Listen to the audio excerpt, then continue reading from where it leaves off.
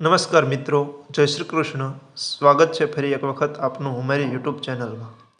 મિત્રો, આપ સૌ લોકોની ડિમાન્ડ ઉપર અમે આ વિડીયો લઈને આવી ગયા છીએ. આજના આ વિડીયોમાં આપણે ગણેશ ચોથના દિવસે ભગવાન શ્રી ગણેશની પૂજા કેવી રીતે કરવી, સ્થાપના કેવી રીતે કરવી તથા કયા મંત્ર બોલવા, કયા શ્લોક બોલવા એ આપણે જાણવાના છીએ. તો અંત સુધી મારી સાથે જોડાયેલા રહેજો. આ વિડીયોમાં હું જણાવીશ કે જે લોકો પૂજા કરવા માગે છે તે પોતાની જાતે ઘરે બેઠા પૂજા કરવા ઈચ્છતા હોય તે સરળતાથી કઈ રીતે પૂજા કરી શકે છે. તો શરૂઆતથી લઈને અંત સુધી સ્કીપ કર્યા વગર વિડીયો જોજો. તથા જે લોકો આ દિવસે ગણેશજીની પૂજા કરતા હોય તે લોકો સુધી આ વિડીયો ખાસ પહોંચાડજો. તો આવો સૌ પ્રથમ આપણે જાણીએ કે ભગવાન શ્રી ગણેશની પૂજા કઈ તારીખે કયા સમયે કરવાની રહેશે તથા સ્થાપના કરવા માટે ક્યારે કરવામાં આવશે. ગણેશ ચતુર્થીનો તહેવાર દર વર્ષે ભગવાન ગણેશના જન્મોત્સવ તરીકે ખૂબ જ ઉત્સાહ અને ધામધૂમથી ઉજવવામાં આવે છે. આ તહેવાર 10 દિવસ સુધી ચાલે છે, જે ભગવાન ગણેશની મૂર્તિની સ્થાપનાથી શરૂ થાય છે. આ દરમિયાન ભક્તો ભગવાન ગણેશને તેમના ઘરે લાવે છે અને તેમની વિધિવત પૂજા કરે છે. વૈદિક કેલેન્ડર મુજબ ગણેશ ચતુર્થીનો તહેવાર દર વર્ષે ભાદરવા મહિનાના શુક્લ પક્ષની ચતુર્થી તિથિએ ઉજવવામાં આવે છે. આ દિવસે ભક્તો ગણપતિ બાપ્પાની વિધિવત પૂજા કરીને સ્વાગત કરે છે.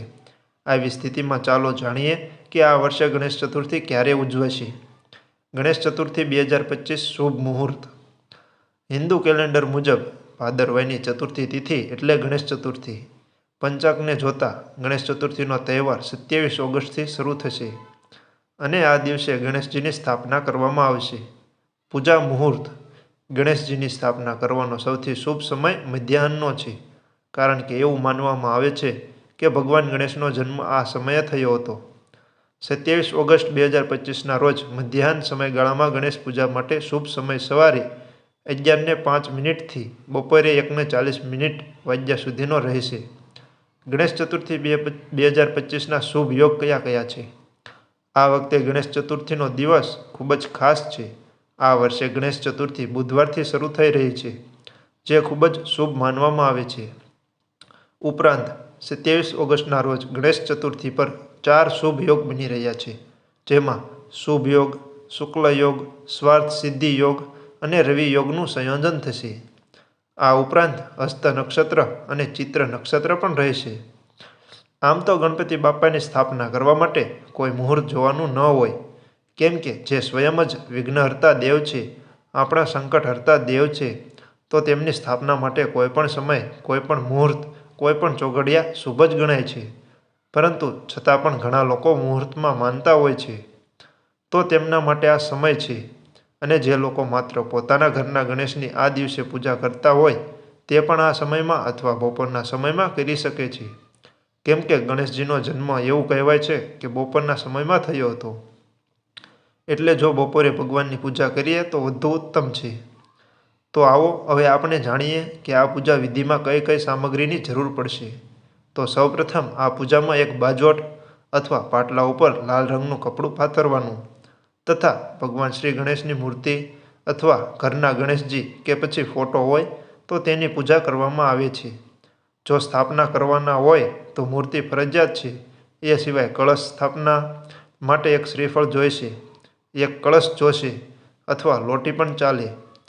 સ્થાપના કરવા માટે મગ, ચોખા, તિલક, ચાંદલો, કરવા માટે કંકુચંદન, ભગવાન ગણેશને પ્રિય એવા દુર્વા કે જેને ઘણા લોકો ધરો પણ કહે છે, સ્નાન કરાવવા માટે પંચામૃત, ભગવાનને પહેરાવવા માટે જનોઈ માળા, વસ્ત્રો તથા જો આપણી પાસે શિવલિંગ હોય તો તેની પણ સ્થાપના કરી શકાય છે. એ સિવાય ભગવાનને ધરાવવા માટે પ્રસાદ કે જેમાં તમે લાડુ લઈ શકો છો. આ સિવાય આપ બીજી કોઈ પણ મીઠાઈ લઈ શકો છો તથા ફ્રૂટ પણ લઈ શકાય, પરંતુ ભગવાનને આજે પ્રસાદમાં મોદક અથવા ચૂરમાના લાડુ ખાસ ધરાવવાના. તો આ રીતે આ પૂજા વિધિમાં આપણે આટલી સામગ્રીની જરૂર પડશે.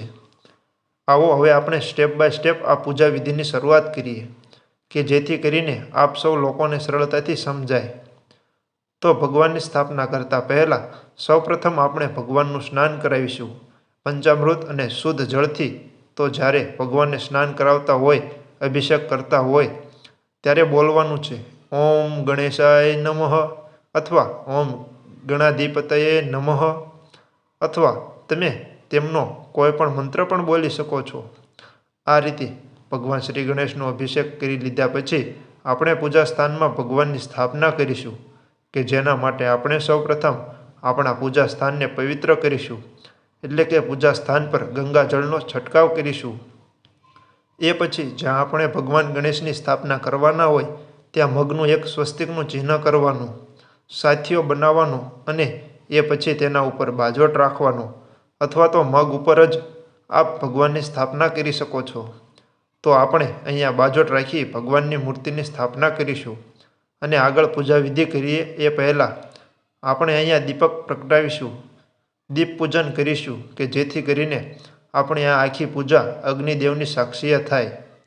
એ પછી ભગવાનને કંકુ ચાંદલો કરવાનો, ચોખા ચોંટાડવાના, ભગવાનને જનોઈ પહેરાવવાની, માળા પહેરાવવાની તથા વસ્ત્રો પહેરાવવાના અને ભગવાન ગણેશની સાથે રિદ્ધિ સિદ્ધિ દેવીની પણ પૂજા કરવાની કે જેના માટે જો આપની પાસે ફોટો મૂર્તિ ન હોય તો ચોખાની એક નાની ઢગલી કરી તેના ઉપર 2 સોપારીમાં રિદ્ધિ સિદ્ધિ દેવીની ભાવના કરીને તેમની પૂજા કરવાની, કંકુ ચાંદલો કરવાનો અને ચોખા ચોંટાડવાના.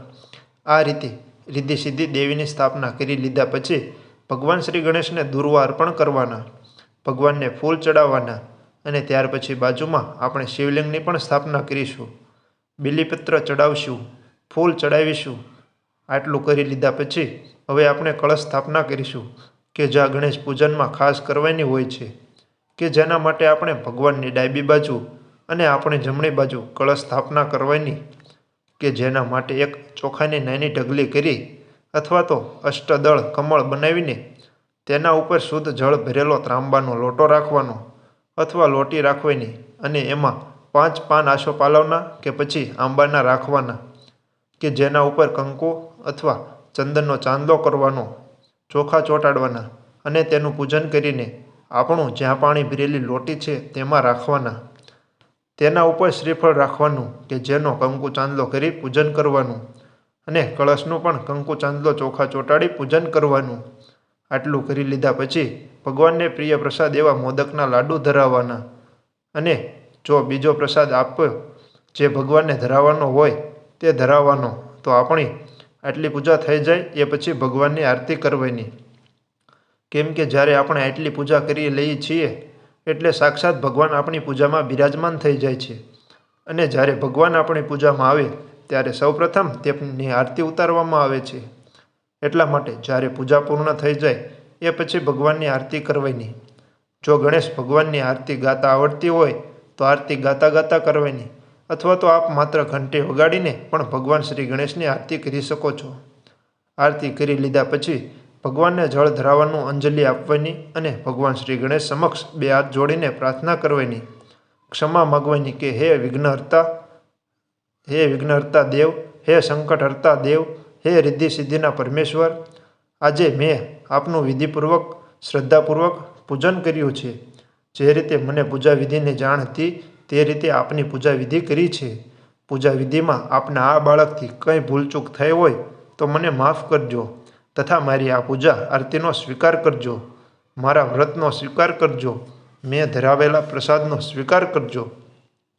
આપની એમી દ્રષ્ટિ મારા પ્રસાદ પર રાખજો કે જેથી કરીને જે કોઈ પ્રસાદ ગ્રહણ કરે તેને સુખ શાંતિ મળે. આજે આપ અમારા ઘરે પધાર્યા છો તો આવી જ રીતે કાયમ આપ અમારા ઘરમાં નિવાસ કરજો.